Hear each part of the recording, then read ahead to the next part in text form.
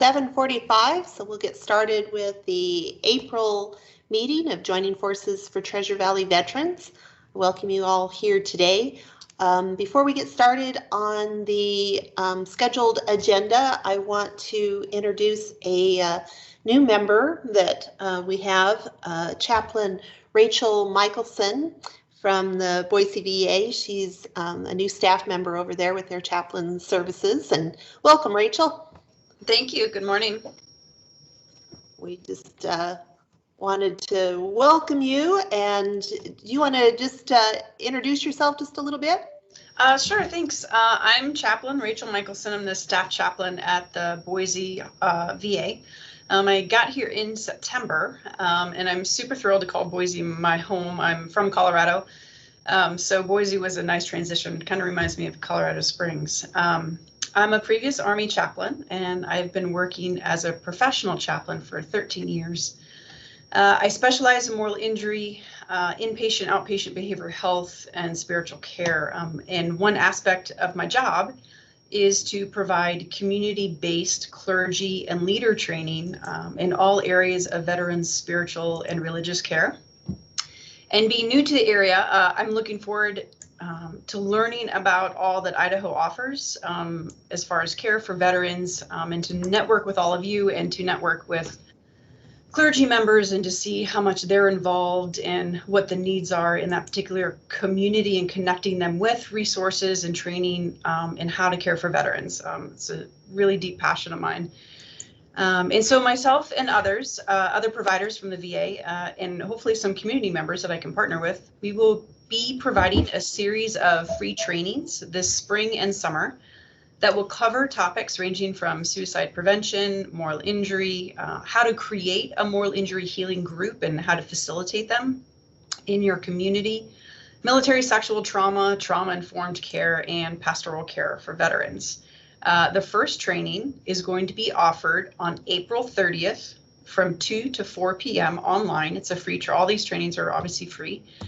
And the second webinar that I'm offering in partnership with NAMI Multnomah, actually from Portland, because their catchment area is pretty much all of Eastern Oregon, which overlaps with our VA catchment area, which is all of Eastern Oregon. And so I will be offering a follow-up class with them, which will be May 3rd, 6 to 8 p.m. Pacific time, also online. And that will be a follow-up to the April 30th class. The May 3rd class will be how to create and host the moral injury healing group. We will do a little brief review of moral injury, but it will really be a deep dive workshop into topics to cover in a workshop, how to structure it, etc. So if anyone is interested in attending any of the trainings, you can contact me. Mitzi has the flyer for the first training on April 30th. I can send you, Mitzi, the second one. But my email is rachel.mikaelsen@va.gov. Or you can call me at 208-422-1000, extension 7712, and I will get you registered. So thank you again, Mitzi, for giving me a couple minutes to introduce myself and to promo the classes and trainings. Thank you. You're welcome. Yep. Well, and I sent the flyer out for that April 30th class last week. So if anybody needs that again, let me know. And then I'll include Rachel's information in the recap that I send out today. And then one other announcement that I want to make here at the beginning, Holly Kimbrell with the TRIO program. She's been with us for quite a while. She is transitioning to another job and is going to have somebody else taking her place. And Holly, would you like to make those introductions? Yes, thank you so much. Hi, this is Holly, and I'm actually staying in the same position, so you're still going to see me. I'm still going to be around, popping up and getting in your business, but I'm taking some of my other duties have just expanded so much with the last year, the way that COVID's changed the way that we're operating. That I'm going to have Jennifer Garapy, and she's on the call as well, start attending these meetings for us. But I am still on the line. I am still going to be seeing students So please continue to forward anyone you have who may be interested in education, whether it's college or apprenticeship or any kind of certificate training. Please go ahead and send those to us, and we'll help them down that path. And one little plug as well with the Joining Forces group, we're actually going to be having a financial aid presentation here in a few weeks. So that might be a good place if you have anyone that's interested in education for them to kind of get a little bit of information, and then please feel free to refer them to us and we'll take them the rest of the way home. So thank you so much for all that you guys do. I think this is an incredibly amazing group of people. Well, I told Holly that even if she was changing positions, she wasn't getting off the email list. She's one of those that always responds with something helpful, and a lot of times something that I don't know about. So I appreciate that. And welcome, Jennifer, to the group. We look forward to getting to know you better. Okay, so today's topic is going to be veteran housing and homelessness. And this is a huge topic. There's a lot of different areas that we could go with this, but we're going to focus on the actual homelessness of veterans. And in our area, I feel like with everything veteran related, we're luckier than a lot of areas because we do have a really good network, and all of our guests today communicate regularly. If we do have a homeless veteran or a veteran's family that is in a homeless situation, if you contact one of them, they'll usually circle around and communicate with the others. So it's very exciting that we have that network here. So we're going to start off today with Sarah Busick, and she's with our Path Home Connect at Catch. And welcome, Sarah. If you want to introduce yourself and tell us a little bit more about your program over there and how veterans work into that. Yeah, thank you so much, Mitzi. Sorry, guys, my camera decided to die on me today, so I have no camera, which is unfortunate because I'm having a lovely hair day that you all are going to miss out on. So what we do at our Path Home Connect is we serve as a central intake point for all people experiencing homelessness in Ada County. That's not to say we don't serve people in Canyon County. If they are looking for resources in Ada County, we absolutely will serve them as well. So basically what we do is we kind of sit down with people, and as a lot of you know, especially those of you that are working kind of boots on the ground with clients, each situation that leads someone into homelessness is so very unique and complicated. There's usually lots of factors that go into that. So what my team and I do is we sit down with people and we really dig into their homelessness situation, figure out what their barriers are, figure out what types of resources they might be eligible for out in the community. So, we do like to see ourselves as kind of a central hub for information in regard, specific to homelessness and resources that can help people in homelessness.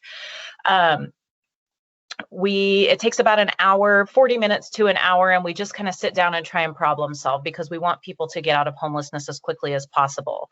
Sometimes that leads folks into various housing programs that we have available.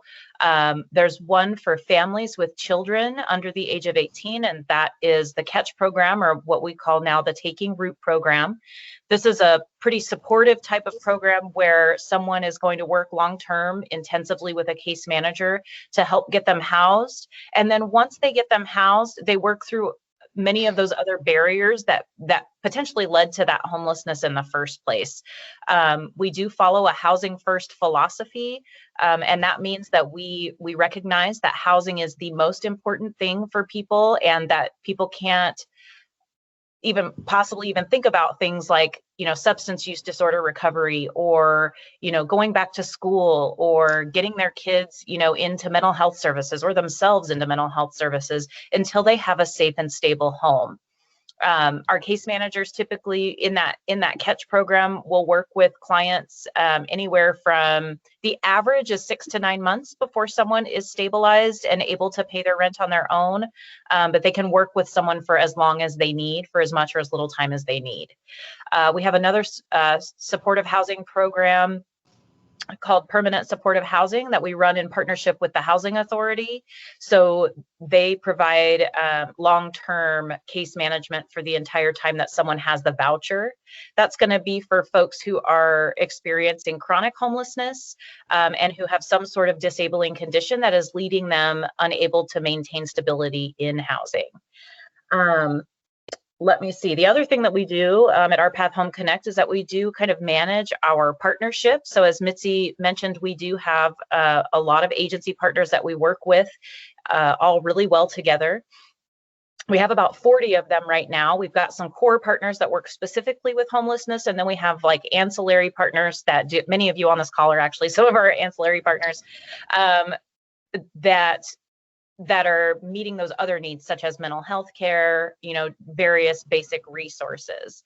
Now, specific to veterans, we, as Mitzi mentioned again, we kind of circle the wagons around them. So anywhere that they go, so if they come to me, let's say they come from the Boise Rescue Mission shelter and they come to our Path Home Connect for a housing assessment, one of the very first questions we do ask them is if they are a veteran. The next thing I do is I immediately contact the homeless VA outreach coordinator. His name is Brian Bumgarner. He's typically on this call, but it looks like Chris is taking his place today. So I reach out to him and he checks that veteran. And if that veteran is eligible for VA healthcare, he scoops them right up and starts working with them. If they are not eligible for VA healthcare, then what we do is he'll reach out to LADA, who, and they'll tell you about their program, their SSVF program. So either way, that veteran is going to get served, whether or not they're eligible for VA healthcare. We do operate under a no wrong door policy. So no matter where you send your veteran, they're going to get served in our homeless services system because we are very well coordinated. Just 3 things that I want to talk to you guys really quickly about that we're seeing as a result. I think it's as a result of COVID. These are things that are a little bit concerning for us in terms of the data that we're seeing of people coming through. So number 1, I'm seeing more elderly individuals come into the homeless services system. They're overrepresented in our homeless population. So here in Idaho, our elderly population is about 16%. In the homeless population, they make up about 22% of our homeless population, and that's 65 and over. Technically, when you're living in homelessness, you're considered elderly at 50 because their lifespan is 10 to 15 years lower than the regular or the general population. I'm also seeing more large families come in. So you've got a mom who's maybe staying home with 3 or 4 young children and dad is working, you know, kind of like a blue collar, probably construction job is really common. And then dad loses his job and that entire family is going into homelessness. And that's a really big challenge when you've got 3 or 4 kids trying to find affordable housing for 1, and 2, housing that'll accept all of those kiddos. The other thing we're seeing is just a bottleneck. So what we're seeing is the same number of people are coming into the system. It's a little bit higher in individuals without children, but the same exact number of families with children are coming into the system. The problem is we can't get them back out because of the housing crisis that is going on right now. It's taking us longer to locate housing for folks, and that is slowing down our programs. So it's really important if you're working with clients who are housed and they have any sort of housing insecurity to really just try as hard as we can to keep those folks in their current living situation because it's just very tenuous. Luckily, we have resources available, and some of them are here today to kind of talk about how to keep people in their homes as well. But yeah, so that's our Path Home Connect. I'm going to put my email in the chat. I do have to take off a little bit early to get my son to school. So if any of you have any questions for me, you can reach out to me via email, or you can always reach out to Mitzi and she can help connect us. Sounds great. Thank you so much, Sarah. I have a quick question if you have another moment.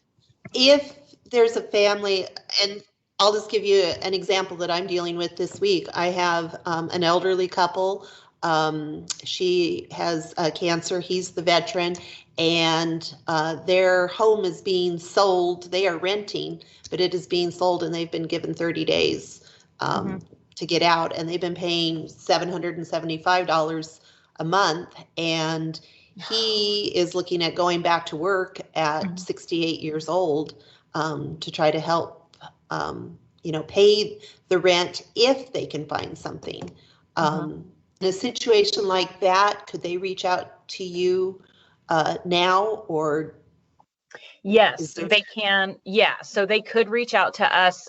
We have lots of resources that we provide to folks who are not living on the streets or in the shelters. That just reminded me that we are going to be launching in July a housing helpline, so that anyone having any sort of housing crisis can contact one phone number and be able to be connected to any of the resources that we have available in our homeless services system, just to try to make things easier for those folks who are in crisis. And where do I call and where do I go? And we just don't want people bouncing around when they're experiencing that trauma. And so we're trying to reduce that by launching a singular phone number. So keep an eye out for that. I'll definitely send it to Mitzi and she can get it out to y'all when we're ready.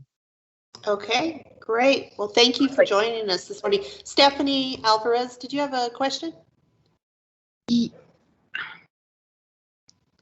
Oh, your video, you're on mute. There you go. Thank you. I have a guard member going through a divorce, 6 children, homeless. If I could, I'll put my information in the chat. If anyone has resources, that would be really wonderful. Yeah, Okay. for sure. Good. Thank you. Sure that we can get something going on that, Stephanie. Thank you. Okay, I'm going to move to Chris Yonke with the Boise VA Healthcare for Homeless Veterans. Sarah mentioned that she's one of the first people that Catch or Our Path Home reaches out to, and Brian Baumgartner over there and Chris Yonke and their team, they do a great job. I've got them on speed dial, quite honestly. So Chris, do you want to tell us what you guys do over there and what your piece of the puzzle is? Yes, thank you for having me. Yes, I work alongside Brian Baumgartner on the homeless program. We do outreach, so we're the initial contact for any veterans who are experiencing homelessness, who are at risk of being homeless. We try to help them get into housing. We try to coordinate care to get them into either shelters or community providers, or refer to VA medical or mental health care and housing programs. So housing is first, and we also use a housing first model where we try to get them housed as quickly as possible because, again, as Sarah mentioned, it's so much easier to get into treatment when you have a home to go to. And so we do community outreach with all of you all and try to identify homeless veterans in the community. And some of the programs that we coordinate and provide, the first one, it's called HUD-VASH. It's the VA supported housing that supplies a Section 8 voucher for those veterans who qualify. And there's 3 criteria for veterans to qualify for that program. That if they qualify, they are entitled to a Section 8 voucher, and then they just have to find alongside we have a housing specialist that helps them to find a place that will rent to Section 8 vouchers. And then they also are provided ongoing case management, which is so helpful to maintain stable housing, helping them get into medical, mental health, or substance abuse, or other issues that come up. That being said, they aren't required to get into treatment. That's their choice. So we also believe in self-reliance. The eligibility, here's the kind of the kicker. There's 3-fold things for the eligibility for VASH. Number 1, they have to be literally homeless. So for our program, the definition of literally homeless is living in a place not meant for human habitation, like a car or a tent, out on the street or in the shelter. And then they have to have, their income has to be at 50% the median income, which it just went up for an individual right now in the Ada County area. It's about $2,200. That's gross income, so before taxes. And then it varies, you know, depending on the family size and whatnot. And then the third thing is a demonstrated need for case management. So a disabling condition where they need, you know, maybe mental health or substance abuse or assistance just with life skills, because it's hard, you know, homelessness is inherently has problems in itself. And so just helping them figure out how to run a household, get back on their feet. And so we have the case managers to help with that. Great. Yeah. Do you find that veterans that say are 100% disabled and are receiving a benefit, does that put them over that that 50% median? Do you see that as a regular occurrence or not? Yeah, it is pretty often over the income unless they, you know, have like a very large family. But yeah, 9 times out of 10, they're over the income. Okay. And so, and then the other challenge is just the cost of living is going up, the cost of housing is going up. So we're seeing like this massive explosion of just people being displaced and gentrification is occurring. So we're all of the, I mean, there was already problems before, and now it's just like gone crazy with the housing market and everything. And so Brian Bumgarner and I are just trying to be creative and to help people. Because, you know, like the family you mentioned, you know, people that have been renting homes for years for, you know, $600-700, all of a sudden the homeowner wants to sell the house because they can get a lot of money, which I understand that. But then where do those people go? And if you're on a fixed income, it's really difficult. So we see all kinds of challenging situations. Yeah. With, you know, in our community. The other program we have at the VA, it's called transitional housing, and this is temporary housing while the veteran works on accessing permanent housing. So it's primarily geared for folks coming out of like maybe substance abuse treatment or mental health treatment, people that need that extra support. So this is shared housing. There is no cost to the veteran. There's no income requirement. It's about 6 months. And they can get that extra support to help them with their sobriety or their recovery. It's shared housing, so shared sleeping, shared living quarters. It is staffed 24/7, and that's the Garfield house that I'm referring to. And then there's another house, and this is all through our partner with Ada. Clover House, which is 15 beds, and they can live at Clover House for up to 2 years. Same kind of setup with the supportive sober housing. And then in addition to that, the folks that are coming into maybe getting on the HUD-VASH interest list can go into what's called bridge housing, which is where they have a permanent housing program in place, so like HUD-VASH, or maybe they're going into some other program, but they need a transitional place to live while they try to coordinate and get all the paperwork done and find a place to live. And so bridge housing, it's kind of like a bridge while they figure that out. Sobriety is encouraged, but not mandatory. We try to let people be, you know, who they are and so forth. And then another program we have, and this is a really neat program, is the peer support specialist. So we have a new peer support. His name is Cameron Rail, and so he's a veteran, and he works alongside other veterans and provides a more intense, individualized, tailored treatment outreach.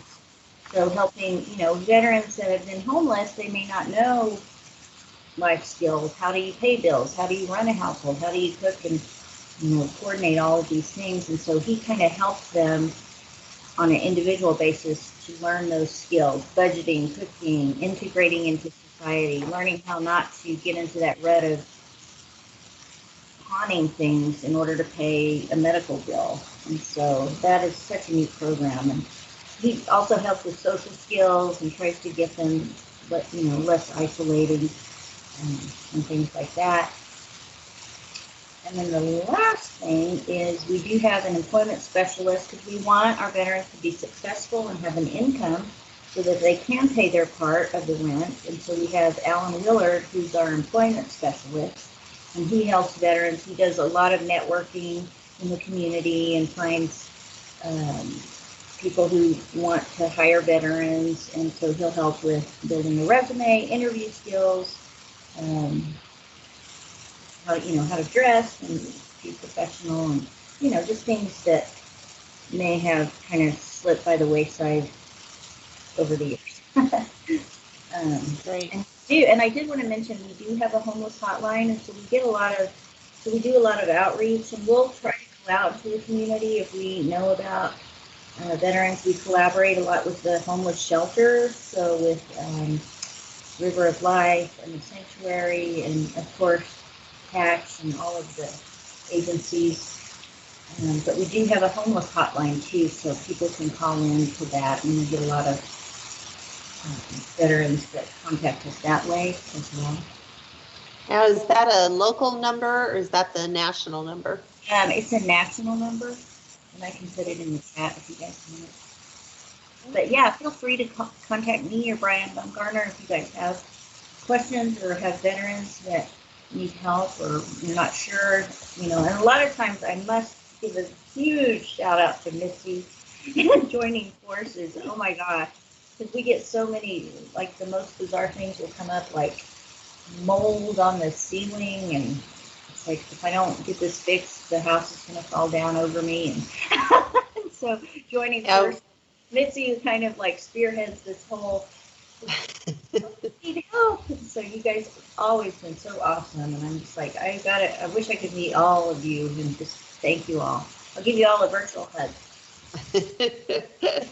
Thanks, Chris.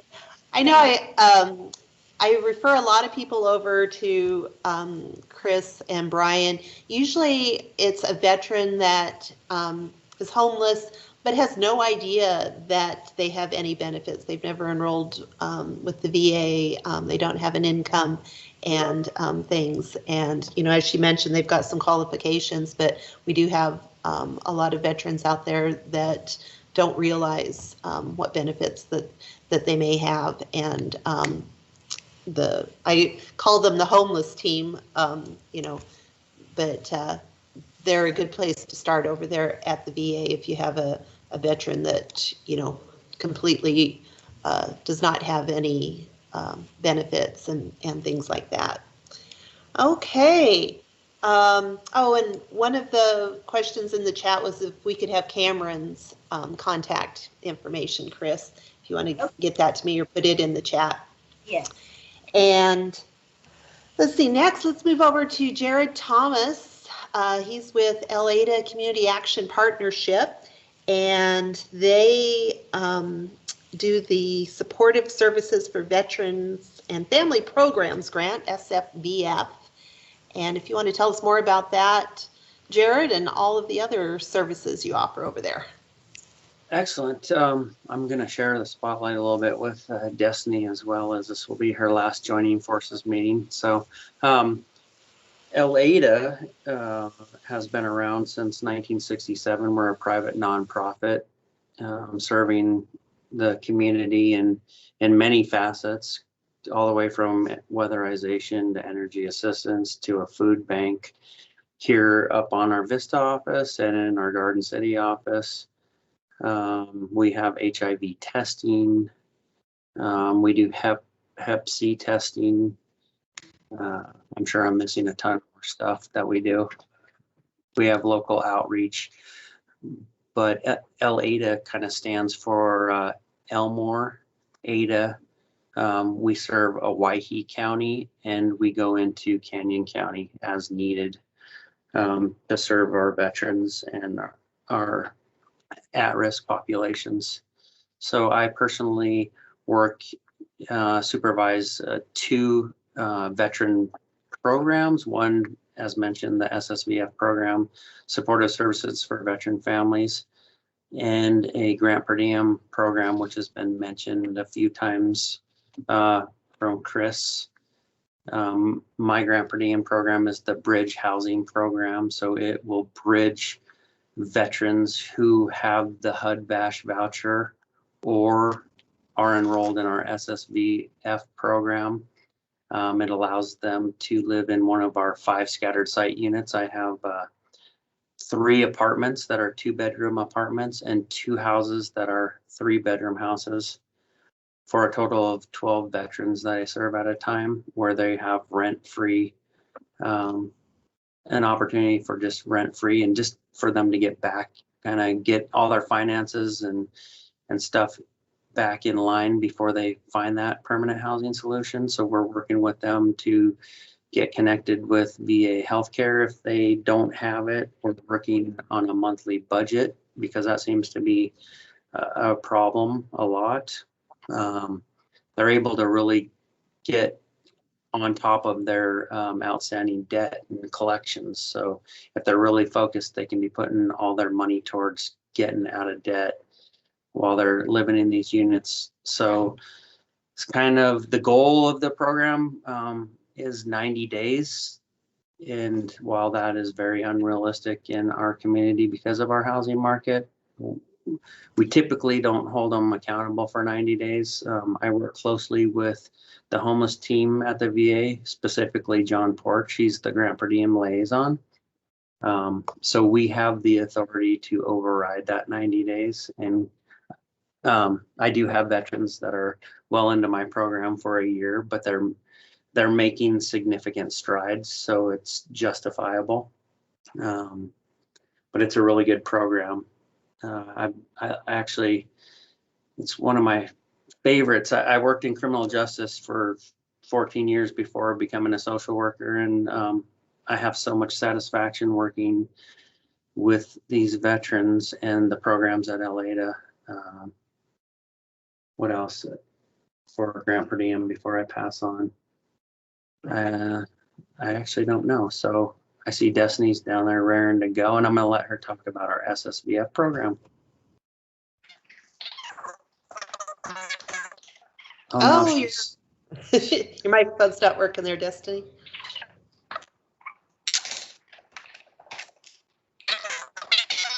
Hey, Destiny, just run over to my office real quick. I have a question while she's doing that. On the HUD-VASH, I know in the past we've gotten lots of veterans qualified for it, but there hasn't been landlords willing to rent. And I imagine that is even more so in today's market. How many people do you have qualified for HUD-VASH that are on a waiting list? We have quite a few. I mean, my program kind of splits half and half between, just depending on need.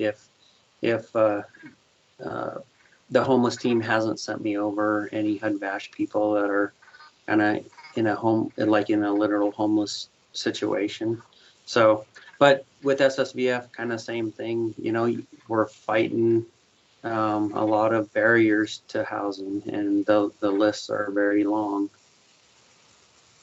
Is there a cap on the amount of money that those certificates will pay a landlord, or how does that work if a landlord wanted to open it up? Because it is a guaranteed income. You know that you're going to be paid every month for that amount, but is it substantially lower than what they might receive otherwise? It's pretty low. I think, I mean, there's a payment standard, and I know it just went up, like Chris just said. It was $822 per month, and that has to include your utilities and stuff, but there is some flexibility in that, and it's not a lot. But I mean, like, in Destiny will talk a little bit later, SSVF has a rent reasonableness thing that we go through. So we can push a little bit of the bounds of those numbers as long as we don't overhouse a veteran. Gotcha. So- And does the landlord need to sign up for a certain amount of time in that program? Do they need to guarantee that their home would be available for a year or 6 months, or what are the qualifications there?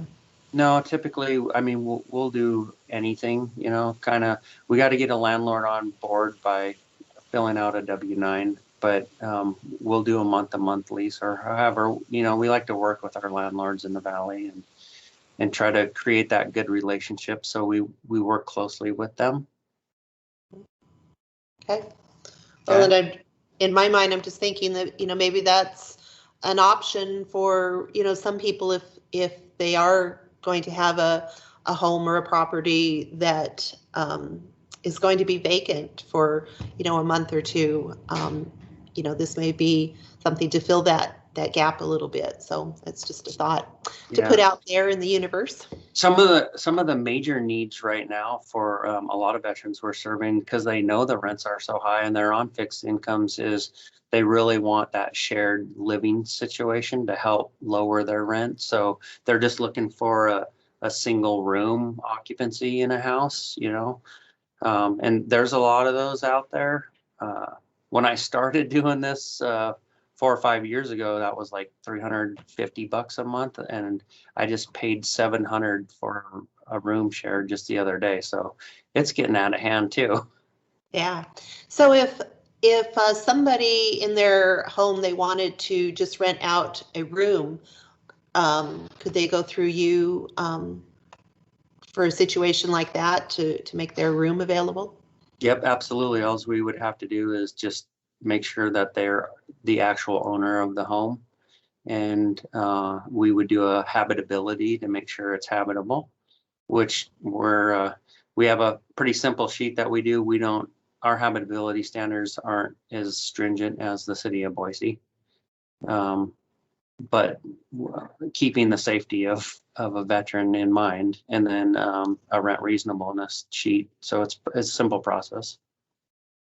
Well, and that might be something for people to consider also, because I know that just individuals themselves, if they are a property owner, right now, a lot of them are struggling to make their own mortgage payment and things like that each month. So that might be a good option to let people know about out there, and to help a veteran at the same time. So there's also kind of a push for people who have, you know, property or space on their own lots that are willing to do the tiny homes. Those are kind of picking up a little bit too, you know, so.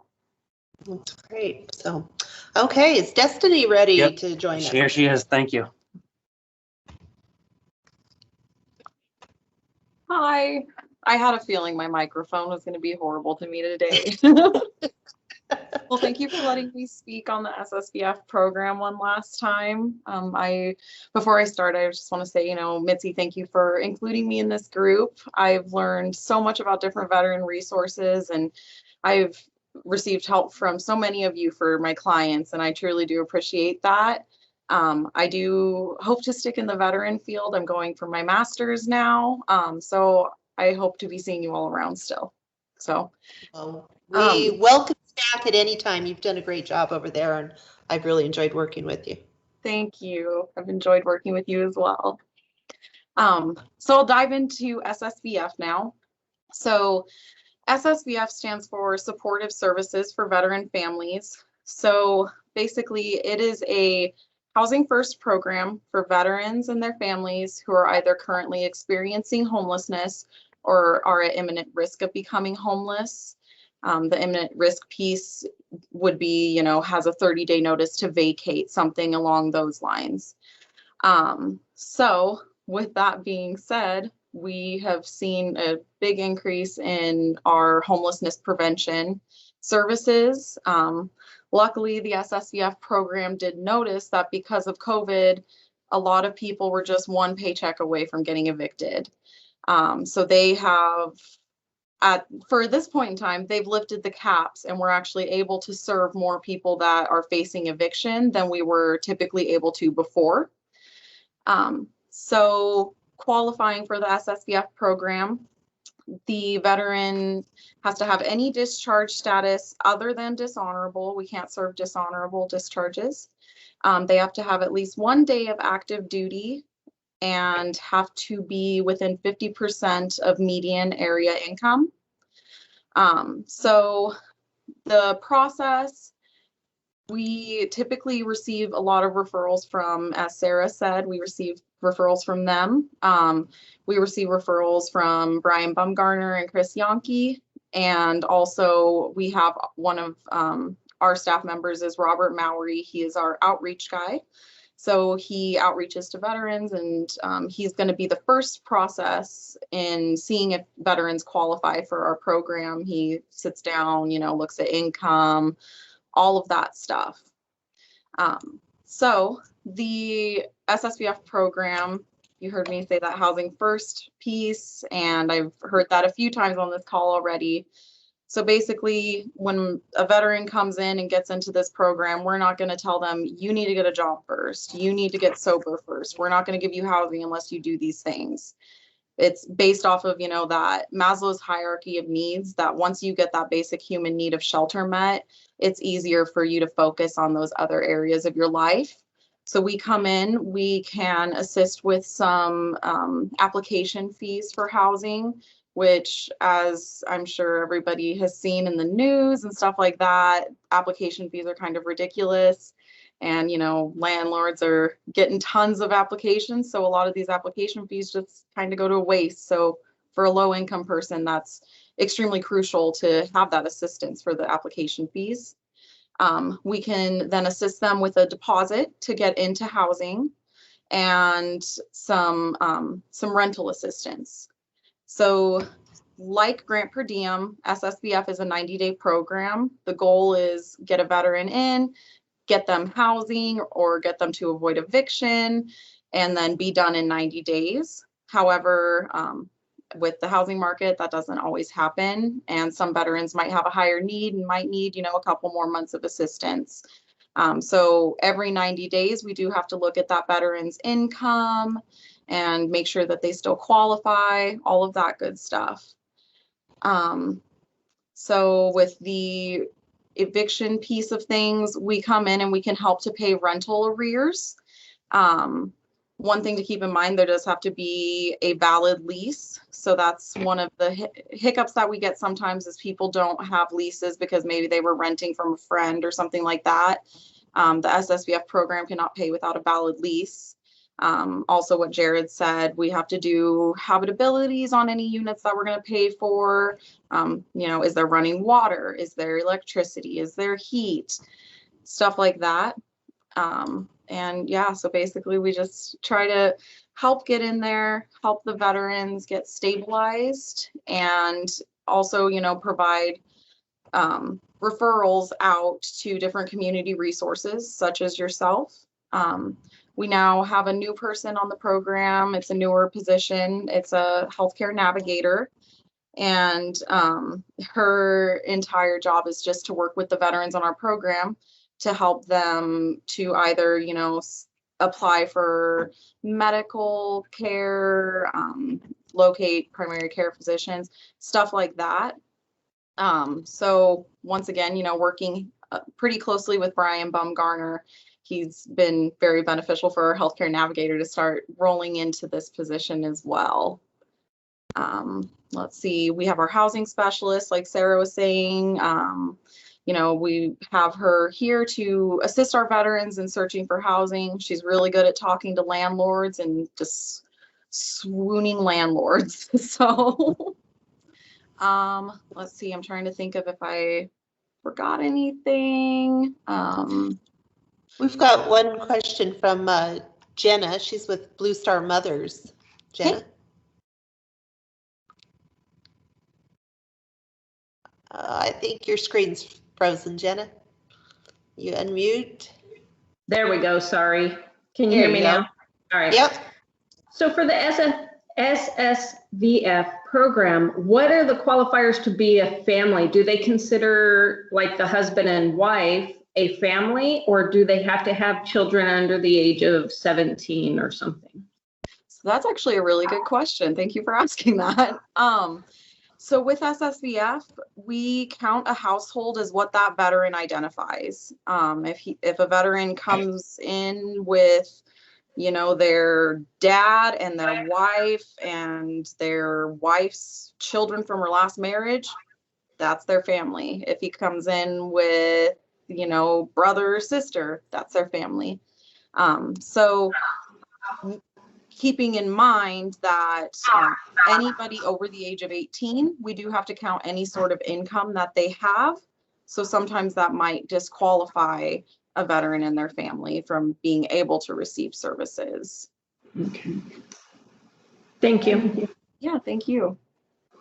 That was a good question. And I'm sure you don't see too much fraud or anything like that, because coming in to a situation like that, everybody's going to have to live together. I mean, if you say we're a family, then, you know, you're going to be living under the same roof if you get qualified. So Yeah, it's definitely, I mean, there have been some weird instances in the past, but I do want to kind of touch on what Jared said about like this whole room share thing and everything, because it truly, you know, prices of rentals in the Valley have so just skyrocketed.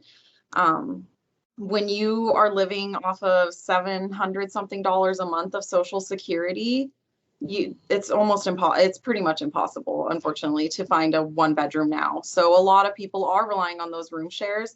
So I would highly encourage everybody on this call, if you have someone that's like, oh, it's kind of hard paying the mortgage right now, maybe I should rent out a room. Like, please contact us at LADA. We would love to put you in contact with our housing specialist and try to, you know, see if we could pair you up with a veteran who is in need of housing. With this program, you know, the rent does have to be rent reasonable. I'm lucky because I have a little more leeway with that. I can compare comps in the area as compared to having to follow a really strict guideline. So that's great. Okay. Does anybody have any questions for LADA at all? Oh, Stephanie, do you have another question? Could you put your contact information in the chat? yeah, definitely. And I'll also put Robert, our outreach person, I'll put his number as well. If you have a veteran that you think is probably going to qualify, I'd recommend reaching out to him first, just so we can just immediately get that screening process started. Okay, thanks. Yeah, thank you. And once again, thank you all so much for helping out so much. And, you know, just everybody's passion for veterans in this group is so awesome. And I'm so grateful that I've gotten to be a part of it. That's great. Well, good luck with your master's in the future, and we hope to see you back here. Thank you all. Okay, next we're going to have Evan Stewart. He's with the Jesse Tree of Idaho. And Evan, are you here with us? Yeah, can you see me, Mitzi? Can you guys see Yep, me? I sure can. Okay. Perfect. So, no Wi-Fi issues today. That's great. please tell us a little bit about what the Jesse Tree does and the services you offer. Yeah, absolutely. So where we fit, you know, in this puzzle is we don't necessarily work with those who have accessed the homelessness services. We're more there to provide rental assistance for those who are maybe, you know, at risk of homelessness or at risk of receiving an eviction. And so what we really focus on is emergency rental assistance and case management services. So we have 4 full-time case managers, we have 2 AmeriCorps case managers, we have 2 social work interns, and we have 2 law students, you know, who help people in eviction court. So, you know, our main program is the emergency rental assistance. Am I freezing on you guys? No? Okay, perfect. Well, maybe a little bit, but we can hear you. Okay, thanks. Yeah, so our main program really is emergency rental assistance.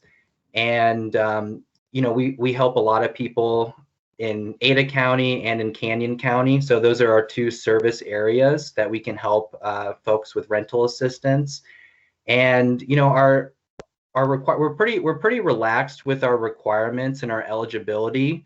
You know, we do require to be either on a formal or, written or oral lease, but we've been pretty flexible with that just because the need has increased so much and everybody's situation is so unique.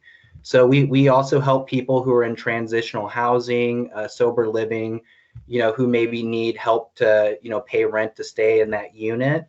We also help with security deposit and first month's rent. So if anybody is, maybe they're about to be informally housed, maybe they received that 30-day non-renewal notice, maybe they had an agreement to move out in eviction court, maybe they're living with a family member or a friend and trying to get into new housing. So we can help with that security deposit and first month's rent. We've also helped people who are living in senior living or assisted care facilities. They may not have a formal lease, but maybe more of an agreement. Same with the transitional housing, it's more of an agreement, not necessarily a formal lease. So we've definitely gotten pretty flexible with that, just because, like I said, the need has become so great, and everybody's situation is very unique. We do help people who are at that 80% AMI or below. So that could be the 30%, 50%, 80%.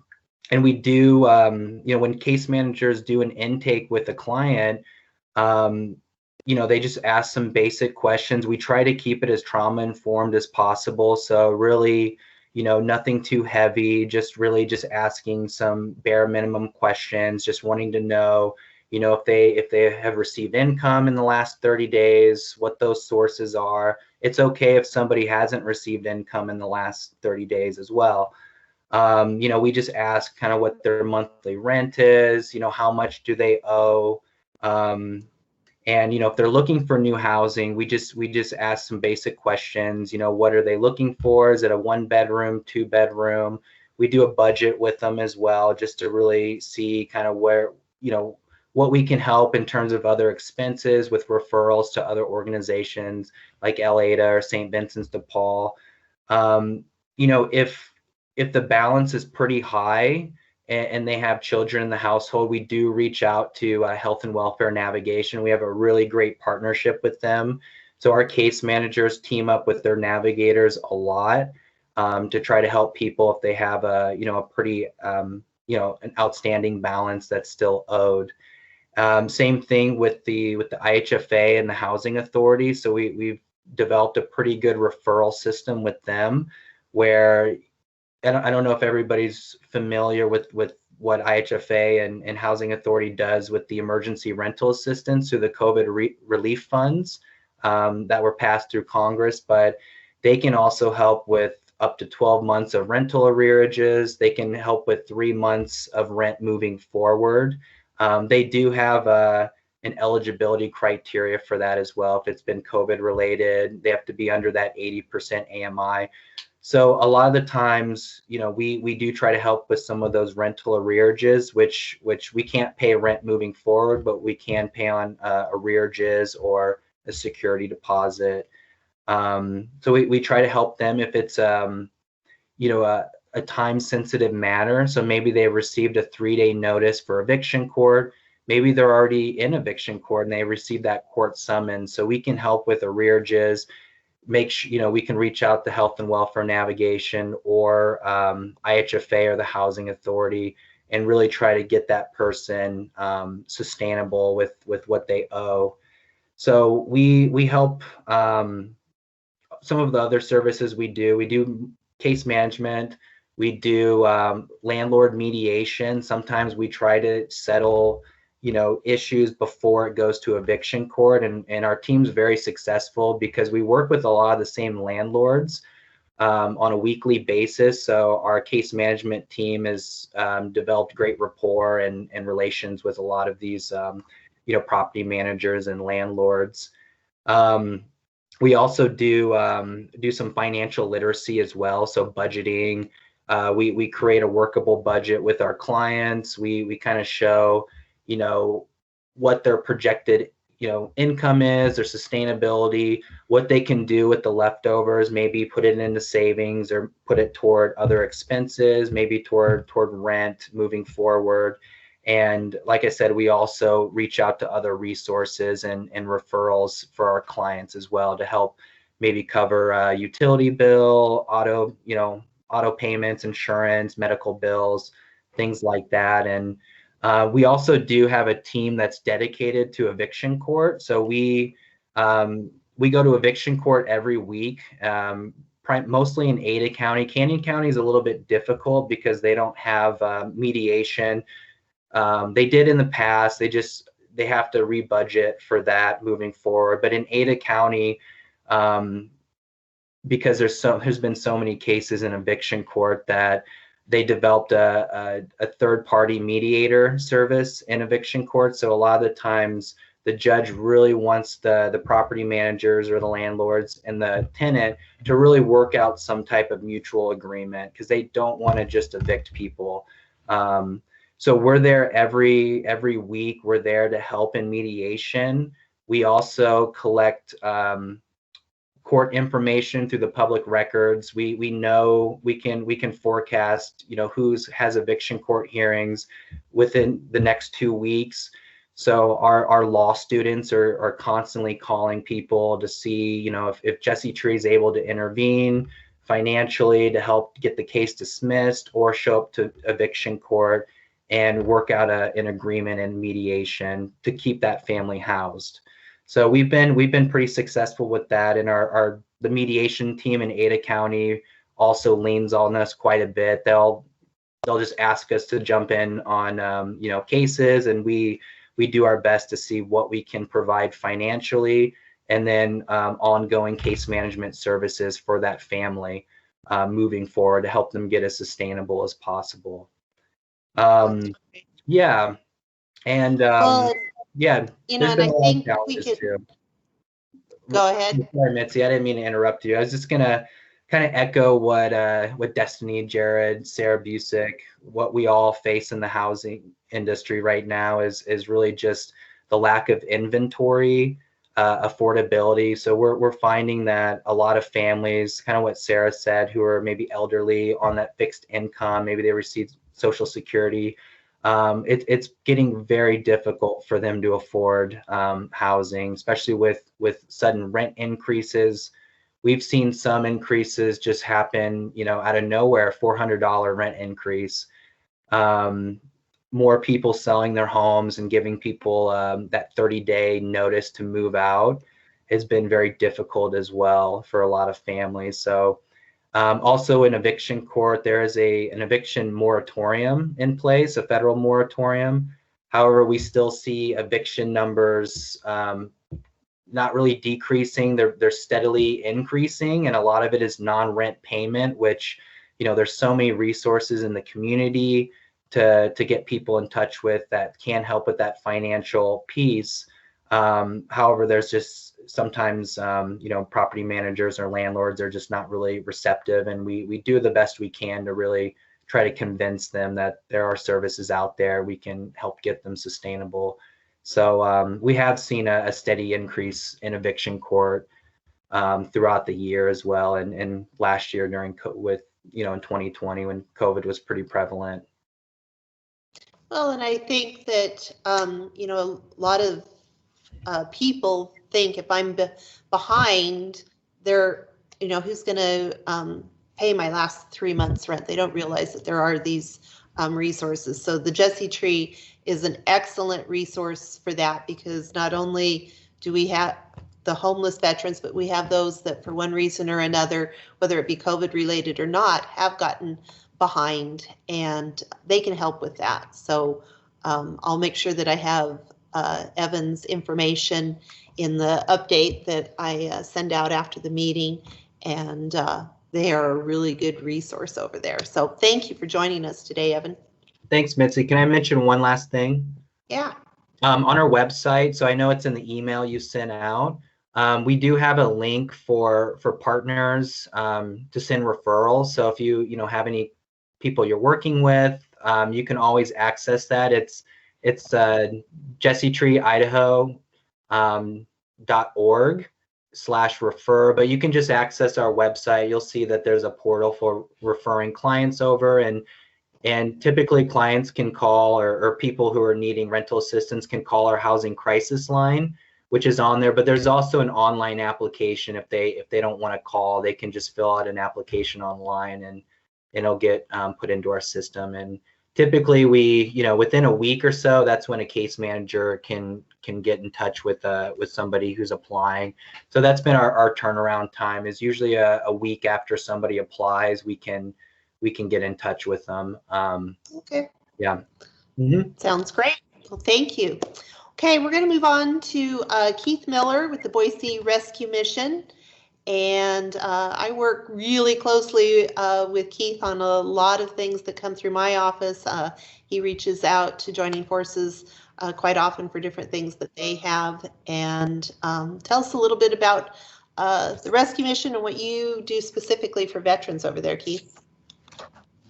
Good morning, Mitzi. Yeah, we work a lot with veterans that are homeless. They come into the shelter and they get identified as a veteran.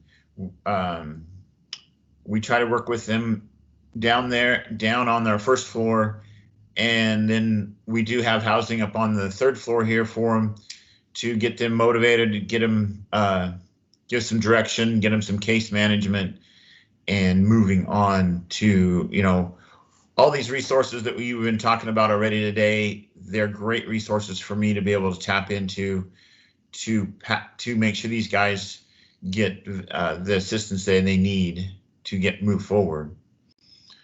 So that's part of the what we do here. The other part, we reach out into the community with, connecting with Mitzi and working with individuals that are in need, and be able to work with them one-on-one to help them financially with, one recent project a couple months ago was helping a lady with a water pump that she couldn't get so she could have water in her house.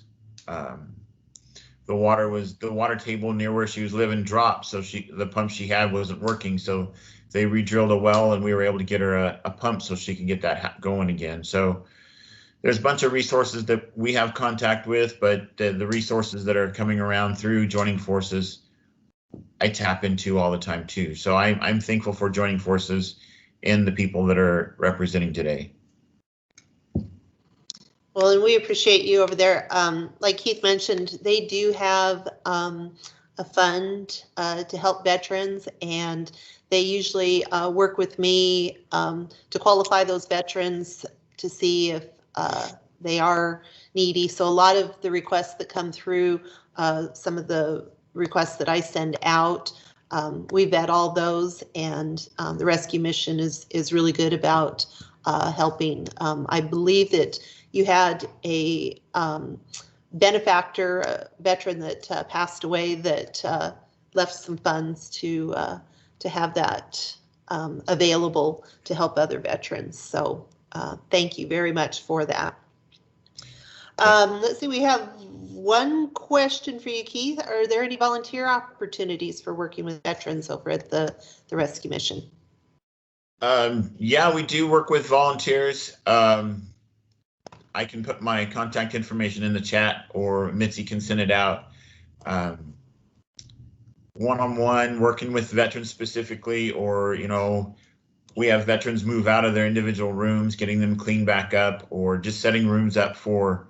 I had some volunteers come through earlier this week, and they, did a nice job decorating the room so the vet feels a little more at home when they move into one of these rooms. So there's always volunteer opportunities. It just matters what your skill set is and what you feel comfortable doing. That's great. Okay, then our last guest today is Lucas O'Neill. He's the Deputy Director of the Idaho Veterans Chamber of Commerce. That's just one of the many hats that Lucas wears, and he's been with Joining Forces for many, many years, and I'm excited that he's come on as a volunteer with the Idaho Veterans Chamber of Commerce, because they're doing great things over there. They have a Housing for Heroes pillar to their program. And Lucas, do you want to tell us more about that?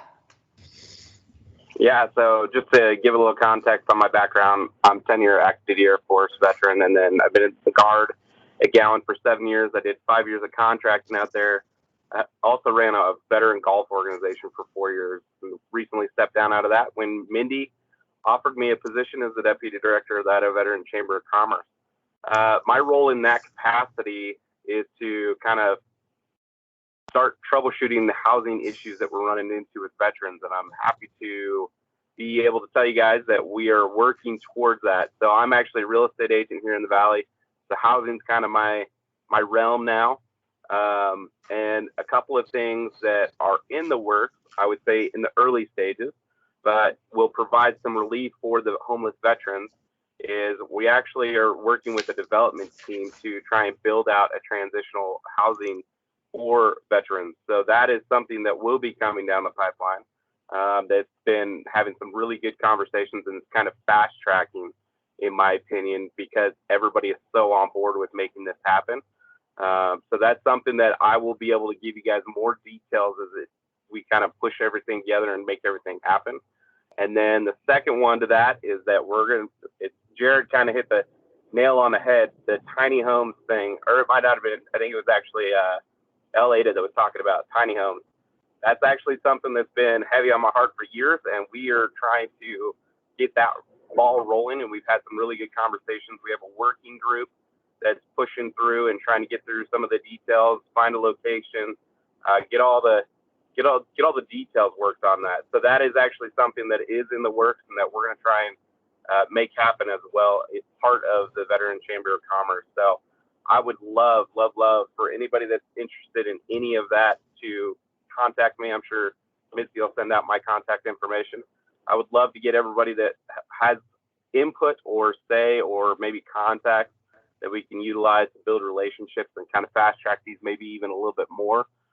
We do a working group where we have a conversation around what's going on, the relationships and conversations that I'm having to build that out and make that happen. So if that's something that you guys would be interested in, please let me know. Sounds great. Mindy's our executive director, and she's actually on here as well. I don't know if she has anything to add to that. I'll just say thanks to Lucas for all of his work. And, we have some really great opportunities to focus specifically on transitional housing from the homeless population to getting them life skills and bringing the resources into the civilian community.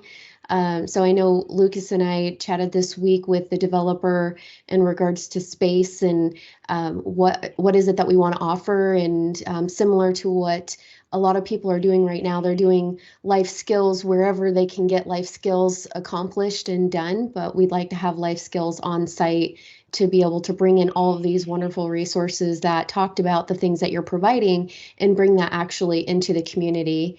There's definitely a higher need for having more resources and opportunities to be able to help them be successful in life and transition. And part of our mission with the Idaho Veterans Chamber of Commerce is, well, our sole mission really is to be embedded in the civilian community so we can connect the veterans to the civilian resources, as well as connecting with the veteran resources too, because they're much needed. But what our chamber is doing right now is building some really strong relationships within the civilian community, civilian employers, educational institutes, family and wellness, a lot of different areas so that we can connect the dots with the resources that are needed in the civilian community. So our job and our mission is to build the relationships and create that space where we're bringing everybody together and having the conversation and talking about the gaps and the needs and how can we come together and identify and tackle specific problems. So as Lucas mentioned, our Housing for Heroes working group that we've established, we would love to add more people to that conversation, because what I see here and what we've identified and the reason why we wanted to create the chamber is that the space needs to be created for people, everyone to come together, all of these agencies to come together and just specifically talk about the gaps and the needs within the military and veteran community. So I can drop your information in the chat box, Lucas, and if anybody's interested in supporting our initiatives, let them know. Well, and I've been a huge cheerleader, as I am for most of your organizations, but of the Veterans Chamber of Commerce, and I encourage everybody to join. The membership is free for veterans, for veteran service organizations. There's a nominal yearly fee for individuals that don't fit into that category. And as far as the veterans goes, that includes spouses and dependents. And then if you want to be a community sponsor or a business sponsor, then there's a sponsorship fee that you can be part of there. But I really feel, joining forces really focuses on the veterans community, our veteran resources. But to be successful for all of our veterans, we do need to utilize the community resources that civilians have, and the Idaho Veterans Chamber of Commerce is bringing that together. And I think that this is just another avenue for you as veterans, you as service organizations to come together. And they've got some really good working groups that are very similar to, say, this joining forces meeting, but they are focused individually on education, housing, family wellness, that sort of thing. And I just encourage everybody to join. So Stephanie, I didn't mean to skip over you. I wanted to make sure that we got all of our speakers in before 9 o'clock, but did you have a question that maybe we could answer? Stephanie Alvarez, you had your hand up. Did you have a question? Sorry, my hand shouldn't be up. Okay. But I feel if Mindy, if I could be in that, if you could add me to your thing there. Yeah, absolutely. Yeah, and I love joining forces because we get to talk about these things, but what typically happens is we only talk about it once a year. So we talk about this stuff once a month, and we continue to just move the needle. So I'm happy to add anybody, and I dropped Lucas's information in the contact here too. Sounds great. Well, and for all of our speakers, I will get all of their contact information out. I encourage all of you, if you have additional questions, to contact our speakers that we had today and to get involved. I see more and more veterans that are facing homelessness. We've got a really difficult situation here in our valley, but there are resources available. It's not always immediate or ideal, but I honestly believe that we can get a roof over everybody's head in some fashion. We just need to get them in touch with the right resources and things. So does anybody else have anything this morning before we sign off? Okay, well, I thank everybody for joining us, and we'll look forward to seeing you next month. We will probably have at least one more month of virtual meetings, and then I'm hoping that we can get back to meeting in person. I do want to put it out there that I was having the thought of perhaps if your organization has a meeting space that would accommodate 40 to 50 people, and you would like to host the joining forces meeting at your business or a location that you have available to you, please let me know, because I think one thing that I have learned from the virtual format that we've had is we've had a lot of people join us for the meetings that have been unable to attend otherwise. And I thought maybe if we moved our actual physical meeting around the valley to different places, that will give you a chance to spotlight your organization, and then also allow other people to attend. And then hopefully we can continue some sort of virtual format in conjunction with those in-person meetings. So if you have any ideas or suggestions on that, please let me know, and we will see everyone next month. Thanks for joining us.